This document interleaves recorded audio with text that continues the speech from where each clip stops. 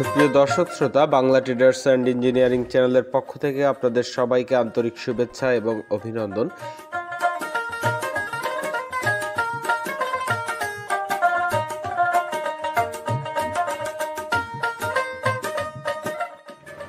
দর্শক শ্রোতা, আমার সামনে যে মেশিনটি দেখতে পাচ্ছেন, এই মেশিনটিকে বলা হয়ে থাকে ফুড পাম্প স্প্রে মেশিন। এই মেশিনটি বিষ তেল স্প্রে করার কাজে ব্যবহার করা হয়ে থাকে। মাটি থেকে 30-40 ফুট উচ্চতা পর্যন্ত আম গাছ, লিচু গাছের ফুলে বা মাঝারি সাইজের নারকেল গাছের মাথায় স্প্রে করার জন্য এই ধরনের ফুড পাম্প স্প্রে মেশিন ব্যবহার করা হয়ে থাকে।